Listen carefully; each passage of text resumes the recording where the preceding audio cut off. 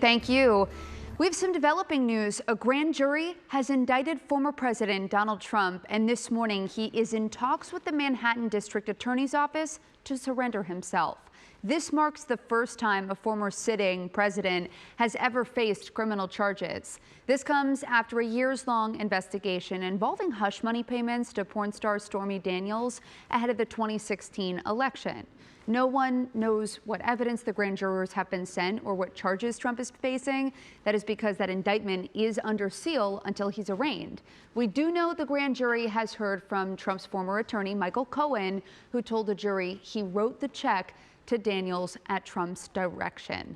Now, shortly after the word of indictment, we did receive this statement from former President Trump. It says the Democrats have done the unthinkable, indicting a completely innocent person in an act of blatant election interference. He also calls this indictment political persecution. We are expecting, by the way, Trump to turn himself in early next week, but something that we're keeping an eye on this morning is NYPD officers. I mean, they've been told to show up to work at 7 a.m. this morning Eastern time in uniform, ready to be deployed around the city.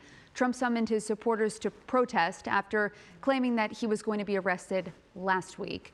Mark, we'll keep you updated on this. Okay, thank you, Megan. And of course, this is not the only investigation into the former president. Trump, the subject of at least 3 other criminal probes that we know of. In Atlanta, a grand jury investigating whether he put any undue pressure on Georgia election officials in order to overturn that loss to President Biden back in 2020. The Justice Department reportedly also looking into the effort to overturn that election loss as well, which led to the Capitol riot several weeks later.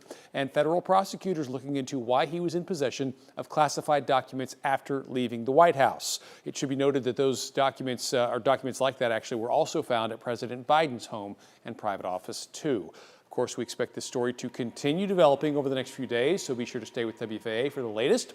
Ahead at 5:30, we'll have a look at what this indictment means for other 2024 presidential candidates. It is